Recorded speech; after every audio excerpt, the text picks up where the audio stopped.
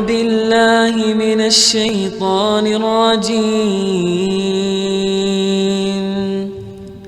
بسم الله الرحمن الرحيم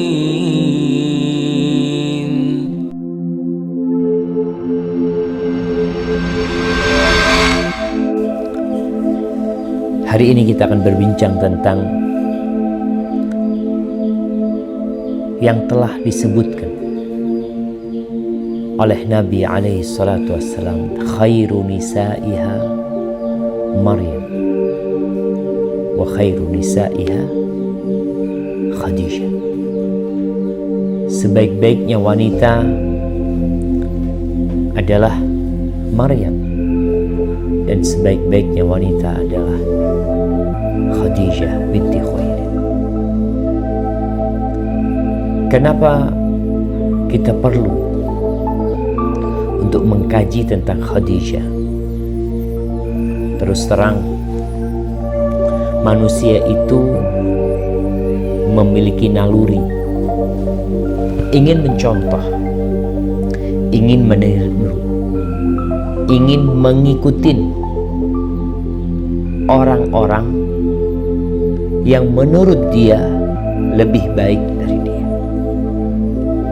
yang dalam pandangan dia itu orang lebih sempurna dari dirinya. Maka di sini muncul para pengikut, muncul yang namanya follower. Ketika kita melihat pengikut-pengikut wanita-wanita yang dikenal sebagai public figure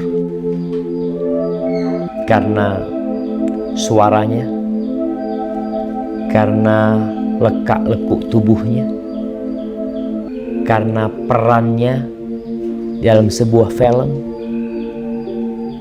atau karena lagunya, Anda melihat mereka tuh memiliki pengikut yang banyak. Entah apa motivasi mereka untuk mengikuti. Apakah untuk mendapatkan manfaat? Ada orang yang mengikuti orang lain karena Anda dapat manfaat dari dia. Manfaat ilmu, pengalaman, informasi. Ada manfaat yang diambil. Namun ternyata ada orang-orang yang diikuti yang sejatinya kalau dia berpikir dia akan tahu dia nggak dapat manfaat. Malahan dia dimanfaatkan. Maka akhirnya kita nih umat Islam harus berpikir, menonjolkan, menampakkan kepada umat manusia bahwa ada wanita-wanita yang seharusnya diikuti, bukan karena kecantikannya. Kita kalau ngikutin seorang wanita karena kecantikannya, apa bisa ditiru kecantikannya yang sudah takdirnya Allah Azza wa Jalla lahir seperti itu? Apakah ketika engkau mengikuti orang yang putih, ketika kulitmu sawo mateng, kulitmu akan bisa seperti orang tersebut? Nggak bakal. Hari ini kita akan berbincang Khadijah. Ya, mungkin nama Khadijah tidak asing lagi. Tapi kadangkala orang tua kalau punya anak perempuan dikasih tahu, coba kasih nama Khadijah. Aduh, namanya orang desa. Yang keren dikit lah namanya. Engkau tidak tahu pembawa nama ini. Perempuan ini yang nama Khadijah, kalau bicara parasnya jangan ditanya. Dia cantik. Bicara fisiknya jangan ditanya. Kaya, Masya Allah. Dermawan, ya. Udah cantik, kaya, baik hati. Dan itu sebelum dinikahi oleh Rasulullah SAW. Kita bicara ada orang-orang yang memang tumbuh baik sebelum bertemu dengan suami. Bahkan Khadijah ini sebelum menjadi istri Nabi alaihi salatu wasallam sudah dikenal dengan sebutan At-Tahirah. Apa At-Tahirah ini jamaah? Nah,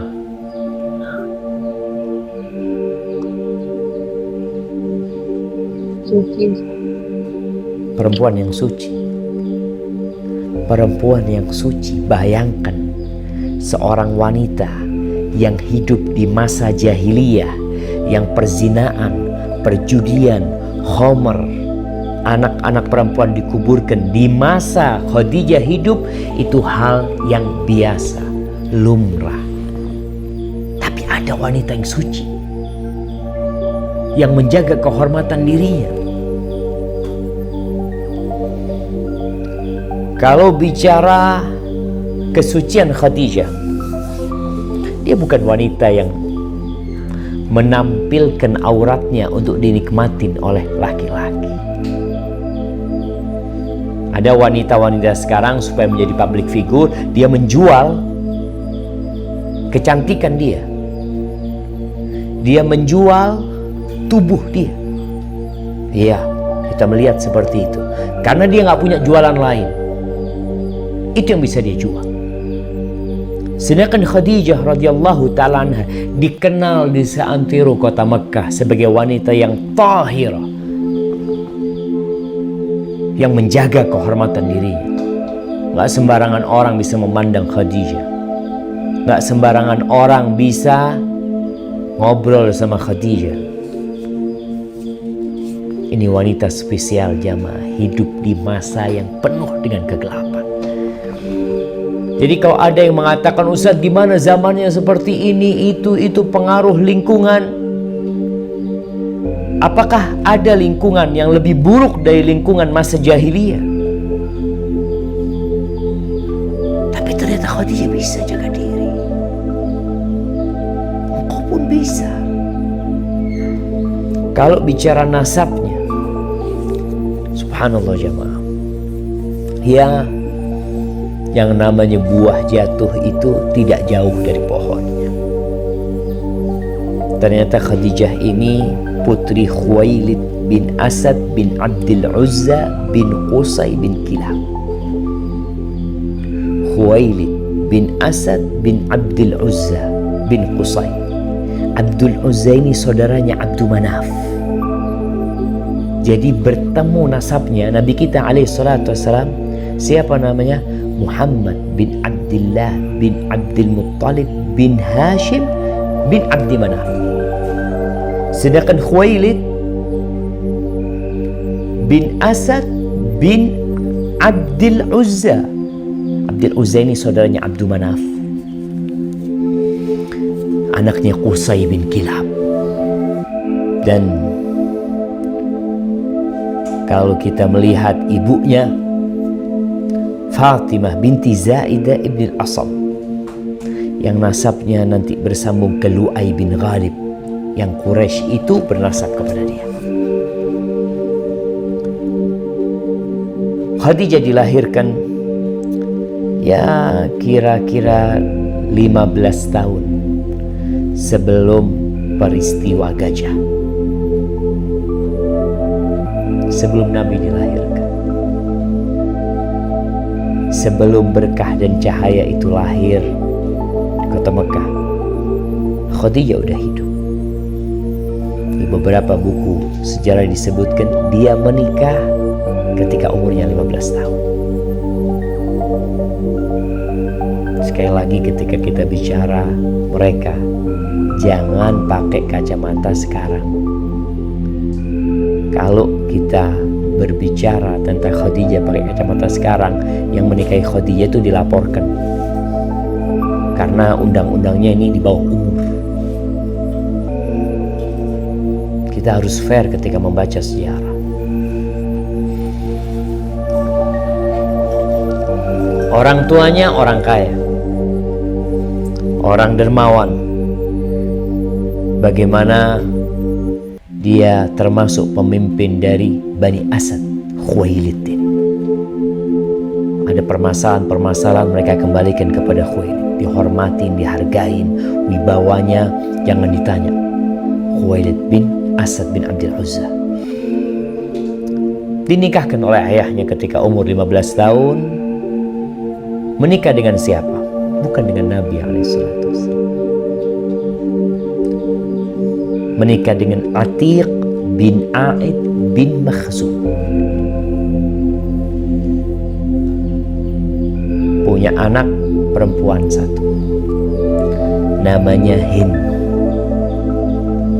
Atiq meninggal dunia nggak lama. Atiq juga orang kaya. Akhirnya ya Khadijah mendapatkan banyak harta. Setelah itu datang lagi seorang yang meminang, yang bernama Abu Halah At-Tamimi, Malik ibn Nabash. Ada yang mengatakan Abu Halah dahulu, ada yang mengatakan Atiq. Menikah dengan Abu Halah, mempunyai anak 3, laki-laki semua. Kalau tadi putri dari Atiq, ini dari Abu Halah punya anak 3. Satu namanya Hind, kedua Halah, ketiga Tahir. Dan para ulama menyebutkan bahwasanya empatnya anaknya Khadijah semuanya masuk Islam. Ada apa jemaah? Didikan Khadijah, ibunya itu wanita pertama yang masuk Islam, yang dikenal dengan At-Tahirah. Bagaimana hasil dari anak-anaknya? Empat-empatnya masuk Islam. Dan disebut oleh para ulama tentang bagaimana kondisi mereka. Ahibati fillah, setelah meninggalnya Abu Halah, Khadijah menjanda. Datang orang-orang meminang Khadijah, tapi Khadijah menolak mereka. Khadijah mau fokus mendidik anak-anaknya. Janda kaya jadi rebutan, bangsawan diperebutkan, cantik Masya Allah, tapi ya umurnya sudah tua. Dia fokus mendidik anak-anaknya, peninggalan suaminya, harta yang ditinggalkan diputar sama Khadijah. Nih, wanita yang baik itu bukan menghabiskan hartanya suami, tapi dia mengembangkan harta suami. Itu perempuan yang baik. Ketika suamimu meninggal dunia, meninggalkan anak-anak yang masih kecil, apa tugasmu sebagai seorang istri? Bismillah, tawakkaltu ala Allah. Insyaallah nih hartanya anak-anak peninggalan suami bisa dikembangkan. Dan betul, semakin banyak kekayaan Khadijah. Orang-orang Quraisy dikenal mereka pedagang. Khadijah wanita. Subhanallah jemaah. Dia nggak mungkin berdagang berangkat sendiri, berangkat ke Syam lah. Di sini kecerdasan Khadijah. Dan bagi para wanita, engkau bisa bekerja dalam kondisi tetap menjaga kesucianmu. Apalagi di zaman sekarang dengan adanya online.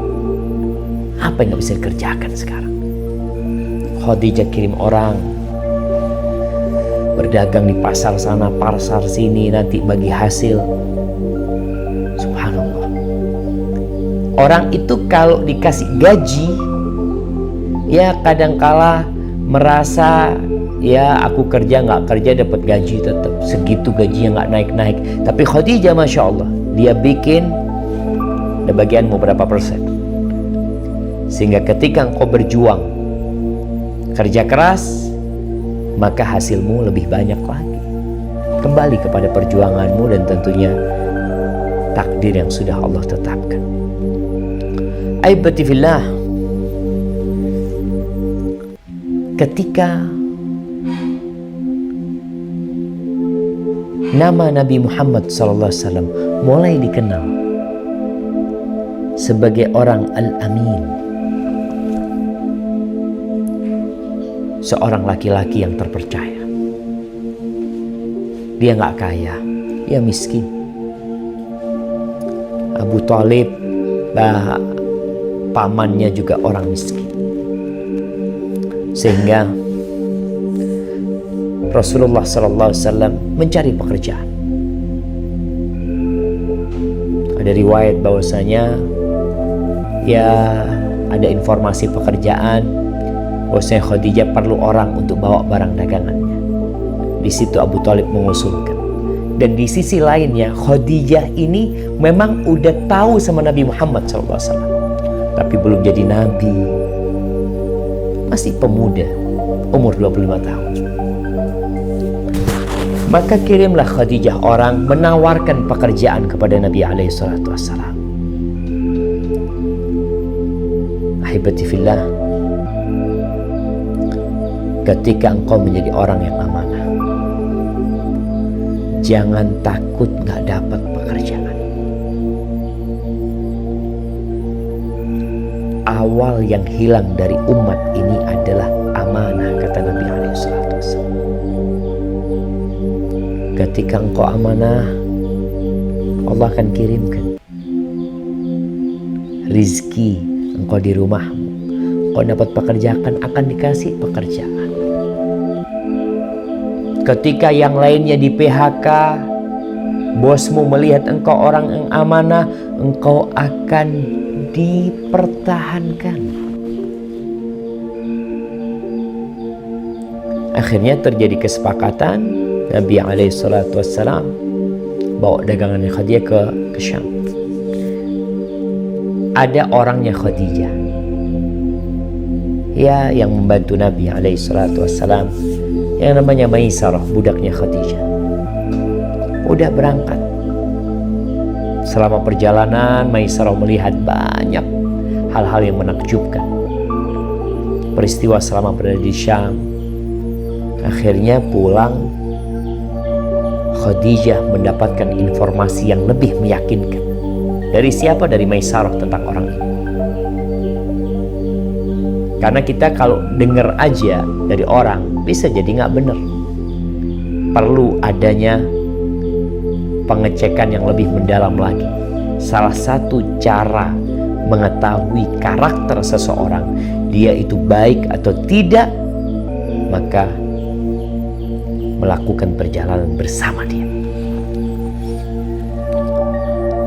Jamaah rahimakumullah, akhirnya setelah Khadijah yakin dengan informasi dan dia tertarik dengan Nabi SAW, maka dikirimlah sahabatnya Khadijah, Nafisa, untuk membuka omongan. Apakah engkau nggak ingin menikah, ya, umurnya sudah 25 tahun secara hijriah, ya. Akhirnya ditawarkan dengan Khadijah. Singkat cerita, terjadi lamaran dan pernikahan dilaksanakan. Siapa yang menikahkan? Ada banyak riwayat, tapi yang lebih kuat yang menikahkan Khadijah adalah pamannya Khadijah, karena Khuwailid telah meninggal dunia. Ada yang mengatakan bapaknya sendiri yang menikahkan.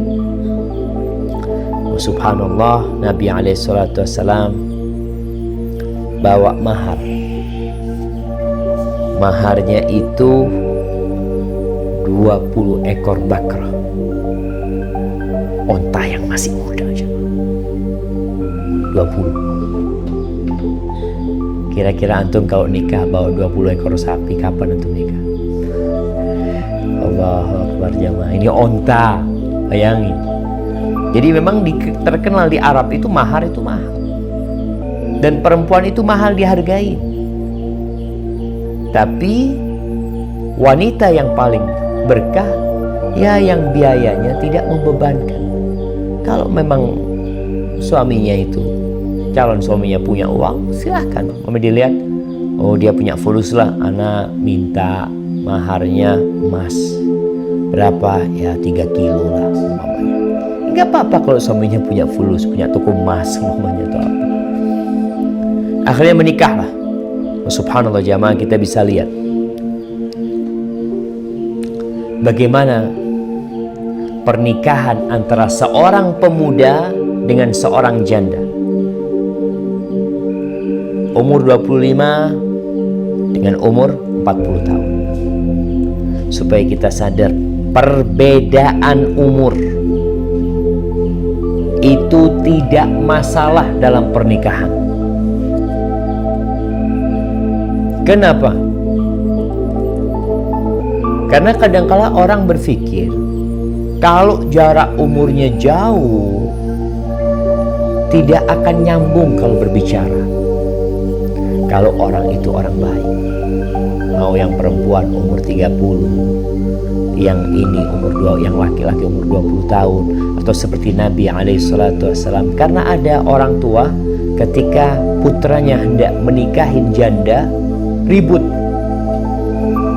Engkau mau nikahin janda, ada apa sama janda, kata dia. Kan masih banyak yang gadis. Kalau janda ini soleha, punya anak lagi, 4 anaknya. Khadijah punya anak 4 ya. Dan sudah pernah dinikahin oleh 2 laki-laki yang meninggal dunia kemudian. Nggak ada masalah. Karena inti dari pernikahan adalah mendapatkan kedamaian, mendapatkan ketentraman, mendapatkan kebahagiaan. Memang Nabi SAW mengarahkan untuk menikahin gadis. Ya kadang-kala kalau sama janda itu tadi, janda ini mungkin ya sudah punya pengalaman ya, si ini masih belum. Kadang-kala ada janda-janda yang memang nggak baik. Maka kalau gadis mungkin lebih baik. Namun ternyata istri Nabi Sallallahu Alaihi Wasallam semuanya janda kecuali Aisyah radhiyallahu taala anha. Ahibati fillah, perempuan umur 40 tahun bisa punya anak nggak? Kalau mungkin menurut orang-orang sekarang, kalau ke dokter sudah umur 40 tahun maka dikasih jangan hamil lagi, kesian. Masya Allah, Khadijah setelah umur 40 tahun punya anak. Berapa anaknya Khadijah dengan Nabi SAW? Nah,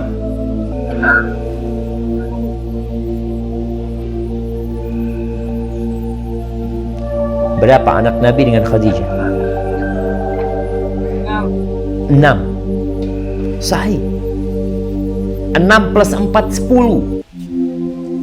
Jadi Khadijah itu punya anak 10. Namun anak-anak yang laki dari Nabi SAW yang disebutkan, ada yang bernama Al-Qasim, ada lagi yang mengatakan Abdullah, ada yang mengatakan Tahir. Mereka meninggal dunia ketika mereka kecil. Sedangkan anak-anaknya yang perempuan, subhanallah, semuanya hidup dan semuanya masuk Islam. Kemudian yang 3 mati terlebih dahulu sebelum Nabi SAW. Sedangkan yang terakhir Fatimah binti Muhammadin sallallahu alaihi wasallam meninggal dunia 6 bulan setelah wafatnya Rasulullah sallallahu alaihi wasallam.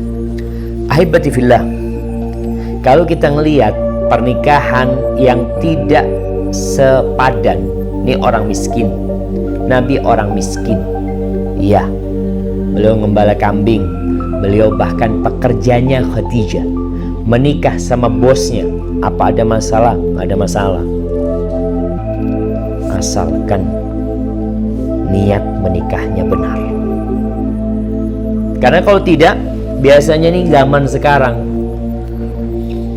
kalau dapat perempuan kaya raya, punya pekerjaan, bahkan jabatannya lebih tinggi dari suaminya, tuh perempuan akan ngatur suaminya, akan minta dilayani. Hal ini berbeda dengan Khadijah radhiyallahu taala anha. dia yang kaya raya, dia yang memiliki harta.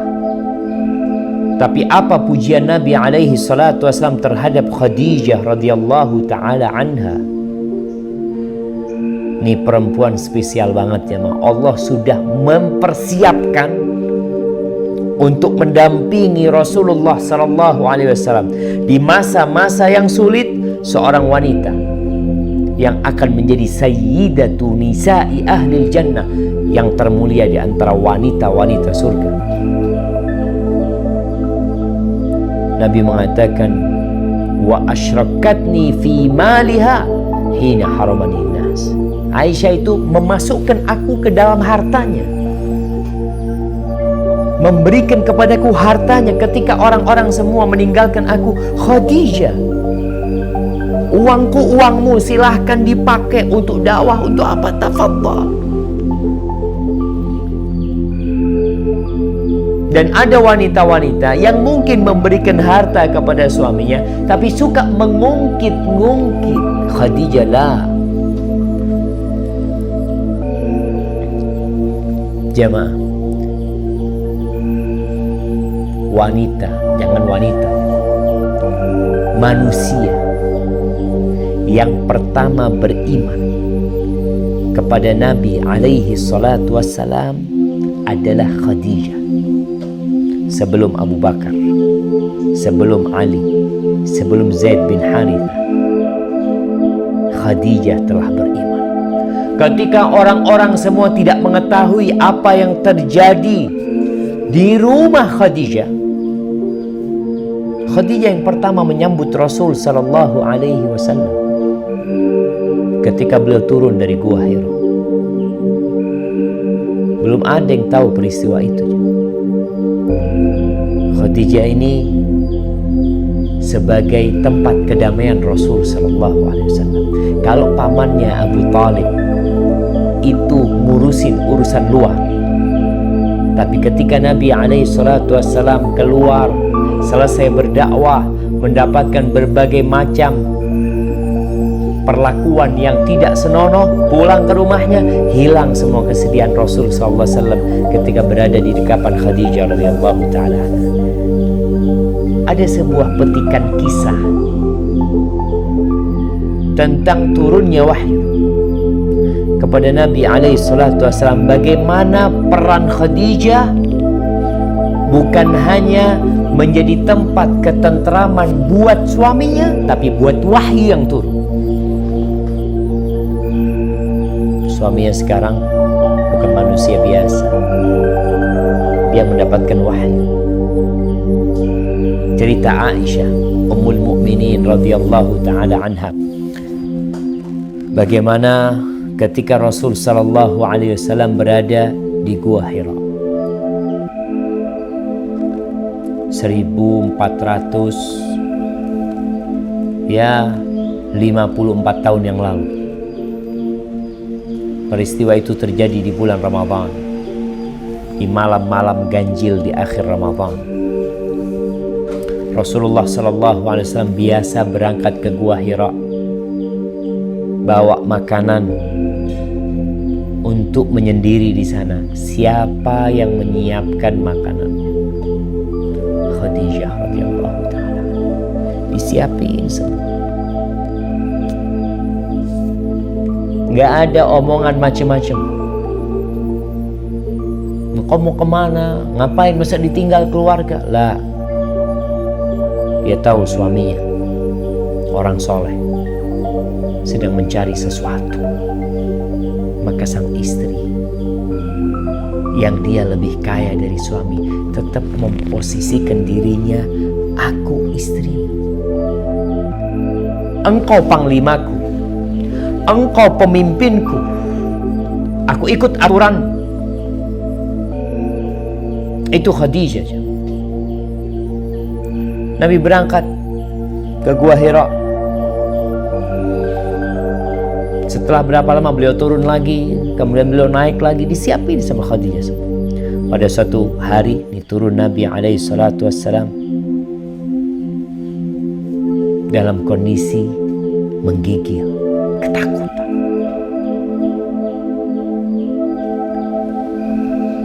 Kemudian beliau datang sampai rumahnya mengatakan, "Zammiluni, zammiluni, zammiluni, selimuti aku, selimuti aku." Apa yang dilakukan Khadijah? Tidak banyak bicara. "Ada apa engkau? Kenapa engkau?" La. Tuh istri, ketika melihat suamimu sedang dalam kondisi meminta sesuatu, ada hal yang mencemaskan dia, tenangkan dia. Dan itu yang lakukan Khadijah. Ditenangkan suami, diselimuti,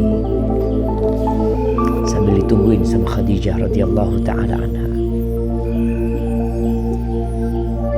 Ketika rasa takut itu telah hilang, Nabi kembali normal.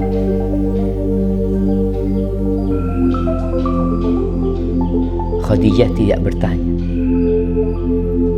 Dia diam, menunggu Nabi SAW bercerita. Maka berceritalah Rasulullah SAW. Kata dia, tadi itu ada makhluk yang datang, yang dia menyuruhku untuk membaca Iqra. Aku mengatakan, "Ma'ana biqari", aku gak bisa baca. Lalu aku didekap sampai susah bernafas, lalu dilepas lagi. Dia mengatakan Iqra, aku katakan lagi ma'ana biqari, fa'akhadani faqattani tsalitsah, 3 kali. Kemudian dia peluk aku, dekap aku, kemudian melepas aku. Dan dia berkata, Iqra bismi rabbikal ladzi khalaq, khalaqal insana min 'alaq, Iqra wa rabbukal akram, alladzi 'allama bil qalam, 'allamal insana ma lam ya'lam. Nabi cerita sama Khadijah apa yang telah terjadi. Dia mengatakan, laqad khasyitu ala nafsi, aku takut ada sesuatu yang menimpaku. Ketika Rasulullah SAW bercerita, Khadijah menyimak, menjadi pendengar sejati, tidak memotong ucapan Nabi SAW. Para istri, yang perlu engkau contoh itu akhlak yang mulia. Jangan sibuk dengan alismu, sibuk dengan bulu matamu, sibuk dengan bibir merah. Lihat nih akhlak kepada suami. Dia tidak memotong ucapannya. Selesai berbicara, Nabi SAW di sini menanti arahan dari Khadijah, menjadikan Khadijah teman curhatnya. Ada laki-laki yang gak curhat sama istrinya, curhat sama orang lain. Kenapa? Aduh, kalau sama hari yang ada, na'udzubillah, panjang omongan. Khadijah ketika mendengar Nabi SAW bercerita, lalu dia mengatakan, kalla wallahi falan yukhziyakallahu abadan. Kau takut? Jangan. Demi Allah, Allah tidak akan menghinakan. Innaka la tasilur rahim, engkau adalah orang yang menyambung rahim. Wa tahmilul kal, suka membawa beban orang, membantu orang. Wa taksibul ma'dum, orang gak punya kerjaan, orang miskin, dibantu sama engkau. Wa taqrid dhaif, engkau orang yang memuliakan tamu. Wa tu'inu ala nawaibil haq, dan engkau orang yang suka menegakkan kebenaran. Enggak mungkin Allah menghinakanmu. Di sini awal mula keimanan Khadijah dengan Nabi SAW.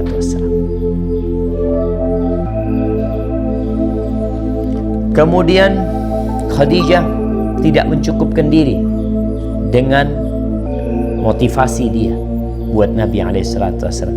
Dibawa nih untuk menjumpai Waraqah bin Naufal bin Asad, sepupunya Khadijah. Sampai ke rumahnya Waraqah. Lihat ya Allah jemaah, anak kalau baca Khadijah nih, bagaimana akhlak dia, cara bicaranya diatur. Sampai ke rumahnya Waraqah, apa kata Khadijah? Apakah Khadijah menyuruh Nabi untuk bercerita, mengatakan ceritakan kepada Waraqah? Enggak. Ana sampai heran, ya Allah, perempuan ini subhanallah. Dia mengatakan kepada Waraqah. Apa kata Khadijah? Isma' min ibni akhi, dengarkan dari saudara, dari anak saudara. Yang disuruh itu bukan Nabi. Yang disuruh itu Waraqah, sepupunya dia.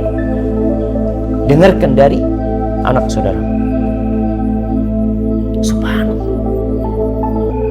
Soalnya kalau orang disuruh ceritakan sekarang, itu seakan-akan ada apa ya? Ada sesuatu yang menakutkan suruh cerita. Enggak. Wah, ini dari keutamaan Khadijah. Kenapa Nabi itu nggak bisa ngelupain Khadijah? Ada kisah panjang yang indah bersama Khadijah yang tidak dimiliki oleh istri-istrinya yang lain. Maka ceritalah Khadijah hadir. Khadijah bukan dia yang cerita juga. Dia mengatakan gini-gini kejadian yang seperti ini. Enggak, ini ada suaminya. Ya sudah, biar ini orang dengar langsung dari suaminya, supaya ceritanya tidak ada penambahan, tidak ada pengurangan. Tapi di situ Khadijah menyimak. Setelah Nabi bercerita, Waraqah mengatakan, innahu lanamus alladzi nazala ala Musa, yang turun kepadamu adalah malaikat yang turun kepada Musa alaihissalam.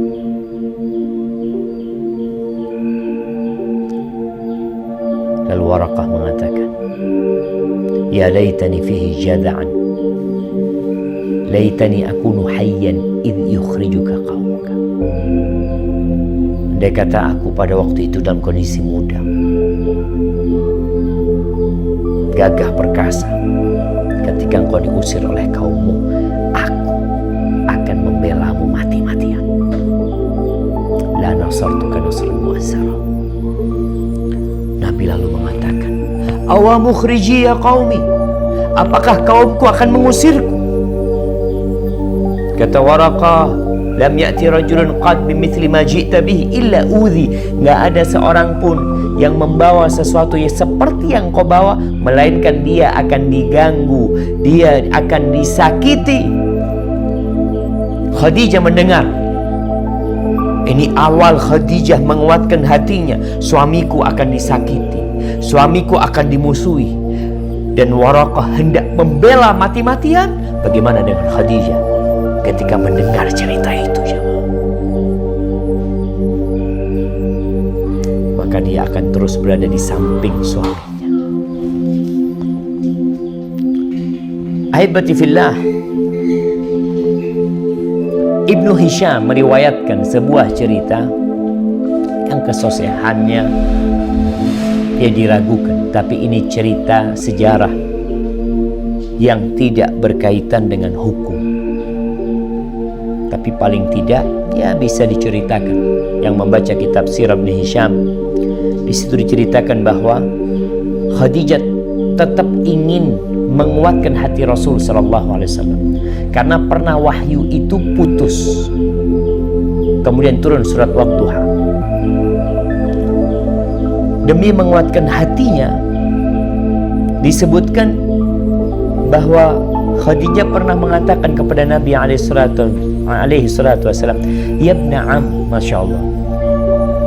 Apa sih panggilan Khadijah buat Nabi alaihi salatu wasallam, yang dia lebih tua dari Nabi alaihi salatu wasallam, yang secara nasab Khadijah ini seumuran sama bapak Nabi alaihi salatu wasallam. Level nasabnya itu sejajar di sana. Tapi Khadijah memanggil Nabi alaihi salatu wasallam dengan panggilan yabna am, wahai anak paman. Wahai anak paman. Atastati an tukhbirani bi sahibika hadha alladhi ya'tika idza ja'a. Bisa enggak kau kasih tahu aku kalau nanti sahibmu itu datang? Artinya Jibril kalau datang, kau bisa kasih tahu aku nanti? Ya, aku kasih tahu kau nanti. Kemudian datang. Suatu hari datang, dikasih tahu, ini dia datang sekarang nih. Qalat qum ya ibn am, Maka Khadijah mengatakan, wahai anak paman, duduklah engkau di pangkuanku sini. Didudukkan di pangkuan kirinya. Engkau masih ngelihat dia? Iya, aku masih ngelihat dia. Duduk di pangkuan kananku. Duduk di pangkuan. Engkau masih ngelihat dia? Iya, aku masih melihat dia. Engkau duduk di pangkuanku. Duduk di pangkuan Nabi SAW. Engkau masih ngelihat dia? Hal tarahu? Qala na'am. Iya, aku masih melihat dia. Lalu Khadijah menyingkap kerudungnya. Kemudian dia mengatakan, apakah engkau melihat dia? Enggak sekarang. Lalu disebutkan dalam riwayat ini, ya ibna am, uthbut wa abshir. Wahai anak paman, engkau tegarlah, bergembiralah engkau. Fa wallahi innahu la malak wa ma hadha bi syaitan. Yang kau lihat itu benar-benar malaikat, enggak mungkin dia syaitan. Bagaimana dia menegarkan Rasul sallallahu alaihi wasallam dalam menghadapi perjalanan wahyu ini. Ahibati fillah, kalau kita lihat bagaimana kesabaran Khadijah mendampingi suaminya berdakwah. Istri-istri Nabi yang lain lewat. Karena kita tahu Khadijah radhiyallahu ta'ala anha itu belum menikmatin hasil dari perjuangan sama sekali. Dia nanti meninggal dunia dalam kondisi Rasulullah SAW semakin sulit hidup, dakwah semakin tertekan. Sedangkan istri-istri Nabi yang lainnya sudah menikmati, sudah aman, sudah damai di kota Madinah. Sedangkan Khadijah belum. Dia masih merasakan semua pahitnya dakwah.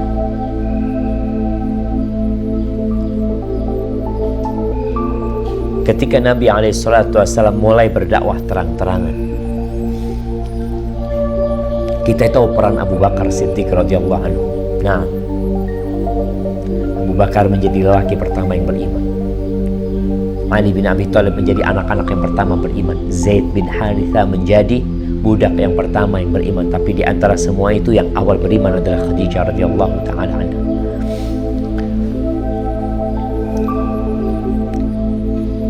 Disebutkan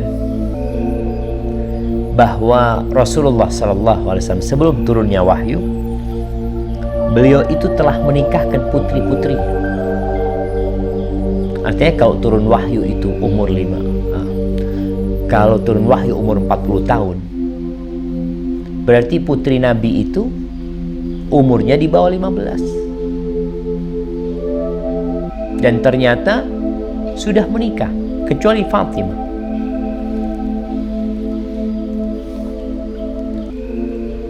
Ketika Rasulullah SAW berdakwah terang-terangan, di sini orang-orang Quraisy berusaha untuk memprovokasi suami dari putri-putri Nabi untuk menceraikan putri Nabi.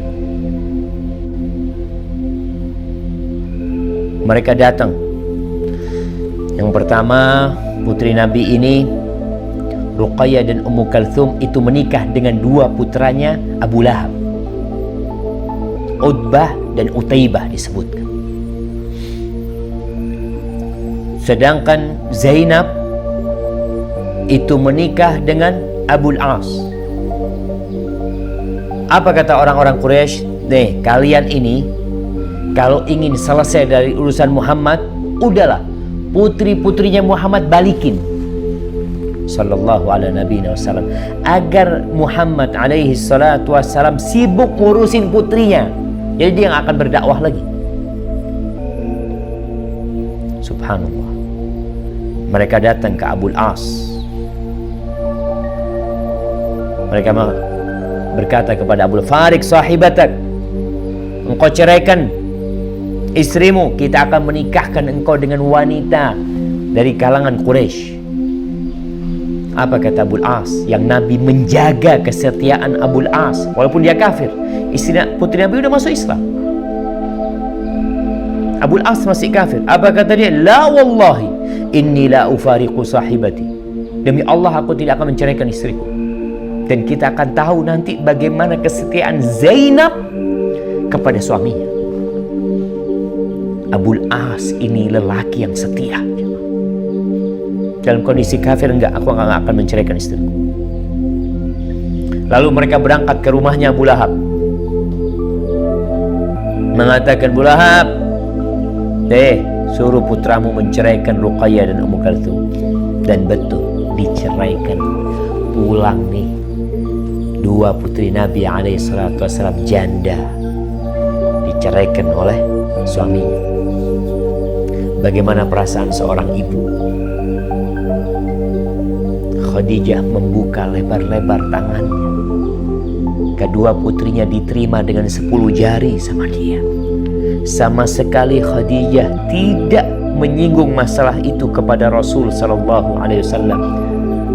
Tidak mengatakan, nih gara-gara dakwahmu sekarang putri kita diceraikan, kita jadi hidup susah. La.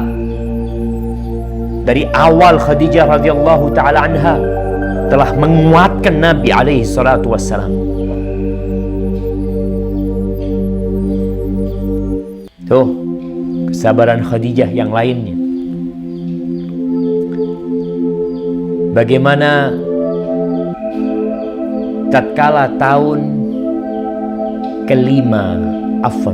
ketujuh kenabian, orang-orang Quraisy sudah tidak punya cara lagi untuk menghadang dakwah Nabi alaihi salatu wassalam. Maka mereka melakukan pemboikotan.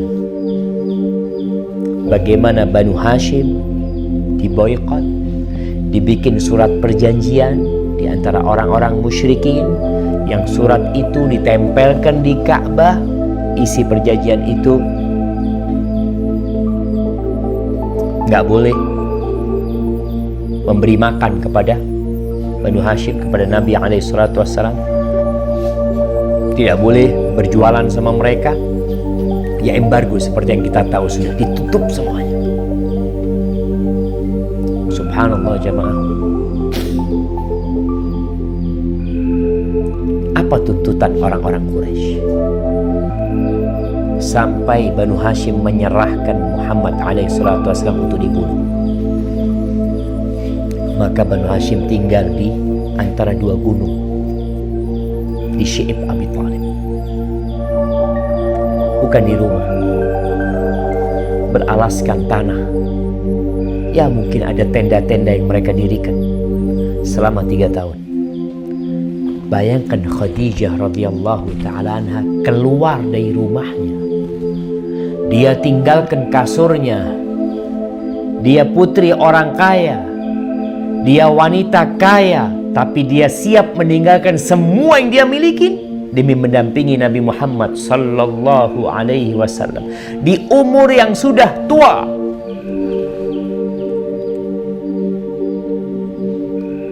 Ahibati fillah, akhlak seperti apa akhlaknya Khadijah radhiyallahu ta'ala anha. Mereka baru keluar dari pemboikatan itu setelah 3 tahun. Dan Khadijah ada di sana mendampingi suaminya. Ketika Rasulullah sallallahu alaihi wasallam dicaci maki, dihina oleh orang-orang musyrikin, dan Khadijah tentunya mendengar ucapan-ucapan orang-orang musyrikin. Tapi bagaimana Khadijah tegar menguatkan Rasulullah SAW. Nggak boleh nih suaminya pulang, kemudian Khadijah juga lemes. Nggak boleh. Nabi udah capek, sibuk berdakwah di luar, sampai rumah. Bagaimana Khadijah menjadikan suasana rumah seperti surga. Sehingga Nabi jadi dingin kembali. Di rumahnya seakan-akan di situ ngecas keimanan lagi. Dikuatkan sama Khadijah, keluar lagi. Beliau menyampaikan agama Allah ini, jemaah. Nanti pulang lagi seperti itu. Tentunya dengan wahyu-wahyu yang terus turun kepada Rasul sallallahu alaihi wasallam. Pada akhirnya Khadijah meninggal dunia setelah masa pemboikotan di bulan Ramadan seperti sekarang kita. Khadijah meninggal di bulan Ramadan, di tahun ke-10 dari kenabian. Dimakamkan di Ma'la yang dikenal dengan Hajun. Dimakamkan di sana. Umurnya 65 tahun. Aibati fillah,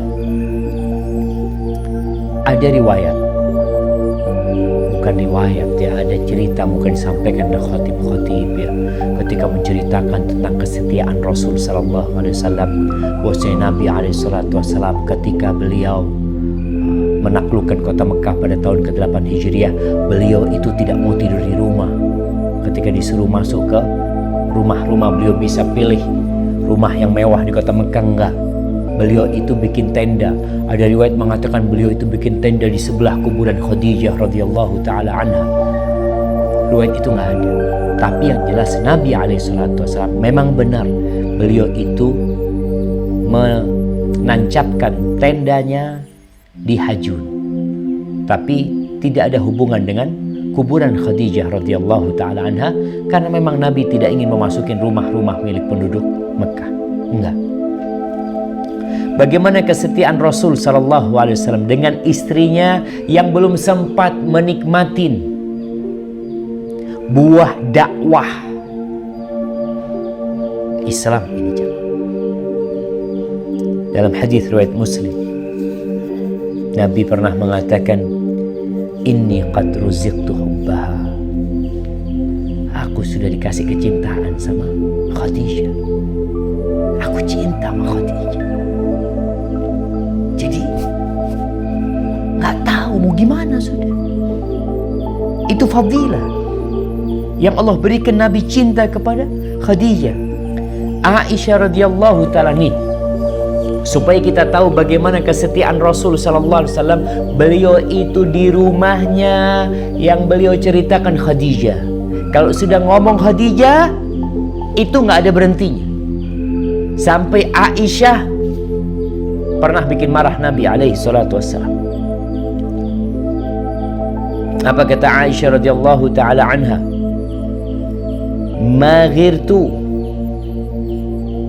ala imra'atin ma ghirtu ala Khadijah." Aku nggak pernah cemburu kepada seorang wanita seperti kecemburuanku kepada Khadijah. Min kathrati dzikri Rasulillahi sallallahu alaihi wasallam iyaha. Dari seringnya Rasulullah sallallahu alaihi wasallam, dari banyaknya Nabi alaihi salatu wasallam menyebut Khadijah. Nggak ada aku cemburu kecuali seperti sama istri Nabi yang lain, ya kadang kala cemburu, tapi kecemburuan sama Khadijah berbeda. Aisyah pernah bercerita, nih ceritanya Aisyah. Ista'dzanat Halah binti Khuwailid. Pernah Halah binti Khuwailid, saudarinya Khadijah, itu minta izin. Nabi lagi di rumahnya Aisyah radhiyallahu taala anha. Halah minta izin.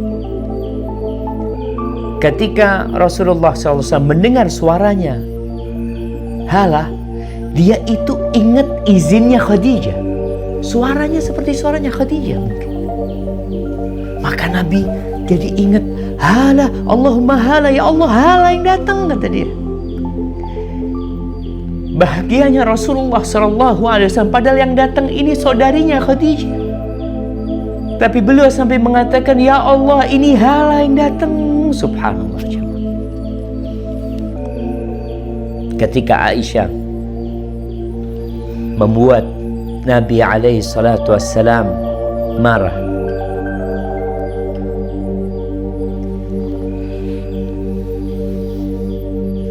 membuat Nabi alaihi salatu wassalam marah. Karena apa? Karena Nabi alaihi salatu wassalam terus nyebut-nyebut Khadijah. Nggak habis-habisnya cerita tentang Khadijah. Lalu Aisyah radhiyallahu taala anha mengatakan kepada Nabi alaihi salatu wassalam, dia mengatakan, ya Rasulullah, tunggu ana baca riwayatnya jamaah.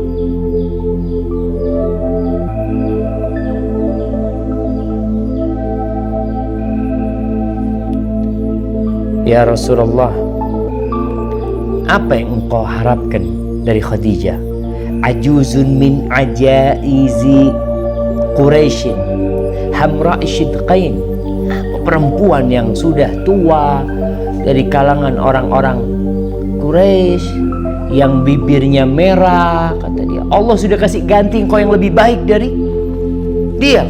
Kata Rasul SAW, la wallahi, demi Allah tidak. Pikirnya Aisyah, Nabi SAW akan melihat kepada Aisyah, oh iya, aku dikasih ganti yang lebih bagus, seorang gadis, perawan, yang cantik, yang pintar. Nabi mengatakan, la wallahi, demi Allah, aku nggak dikasih ganti yang lebih baik dari dia. Amanat bi, dia beriman kepada aku ketika orang-orang kufur kepada aku. Tuh Khadijah radhiyallahu ta'ala anha. Ketika orang-orang mendustarkanku, dia yang percaya sama aku. Dan kemudian dia memasukkan aku ke dalam hartanya untuk menegakkan agama Allah. Dan darinya aku punya anak, ketika dari yang lainnya Allah tidak memberikan aku anak. Sallallahu alaihi wasallam.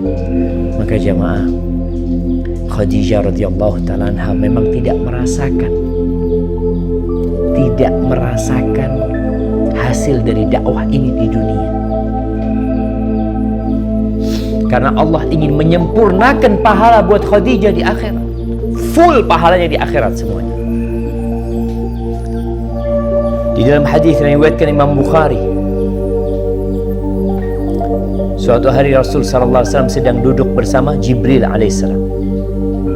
Lalu Jibril mengatakan, ya Rasulullah, wahai Rasulullah, hadihi Khadijah qad atatni, Khadijah udah datang nih.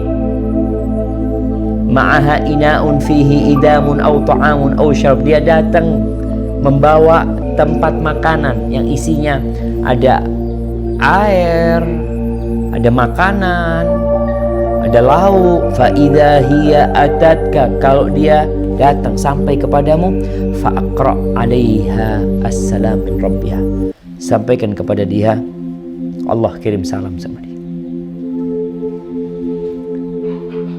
Jamaah, Allah kirim salam sama manusia. Bayangkan Rabbul Alamin kirim salam sama manusia. Iya. Khadijah tidak mendapatkan gelar wanita, ya mungkin kalau sekarang ini dapat Nobel, dapat apa. Allah Azza wa Jalla Rabbul Alamin kirim salam sama Khadijah dan menjadikannya wanita yang terindah di muka bumi ini dan kelak di akhirat. Wa minni salam, dan aku juga kirim salam sama dia. Gimana Jibril nggak mau kirim salam sama perempuan seperti ini? Allah kirim salam sama dia. Wa basyirha, berikan kabar gembira kepada dia. Bi baitin fil jannah min qasab, dengan rumah di dalam surga yang tercipta dari mutiara yang besar, yang berlobang mutiara tersebut. La sakhaba fiha wala nasab, nggak ada lagi suara-suara yang tidak mengenakan di sana, nggak ada lagi kelelahan. Kalau sekarang Khadijah hidup di dunia, hidup di rumah Nabi alaihissalatu wassalam, lelah, capek dia menghadapi gangguan orang-orang musyrikin. Telinganya panas mendengarkan ucapan-ucapan orang-orang musyrikin. Bentar lagi sudah datang waktunya, insya Allah ada rumah buat dia di surga Allah Azza wa Jalla, yang tidak ada kesedihan lagi, tidak ada keluhan lagi di sana, tidak ada kelelahan. Dan Nabi alaihissalatu wassalam ketika Khadijah meninggal dunia, beliau sedih sekali. Beliau kehilangan ya tangan kanannya yang senantiasa menaungi Rasul sallallahu alaihi wasallam, menghibur Nabi SAW, menguatkan hatinya untuk kemudian beliau berjuang sendiri, dan Allah menyempurnakan pahala buat Nabi SAW. Hadza wallahu a'lam bissawab. Itulah Khadijah radhiyallahu taala anha. Bukan untuk dilagukan dia, bukan untuk didendangkan namanya, tapi untuk dicontoh perilakunya, untuk diambil pelajaran dari kehidupannya. Karena banyak orang di antara kita tidak kenal kecuali dengan perayaan-perayaan belaka. Harus ada di diri kita kecintaan kepada Khadijah, karena Rasulullah SAW cinta sama dia. Hadza wallahu a'lam bissawab. أعوذ بالله من الشيطان الرجيم بسم الله الرحمن الرحيم